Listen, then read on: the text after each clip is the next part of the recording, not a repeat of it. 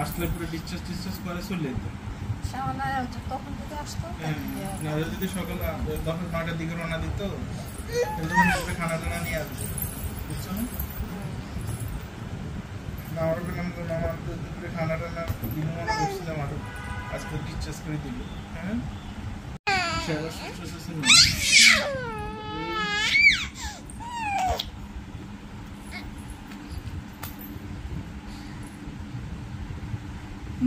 না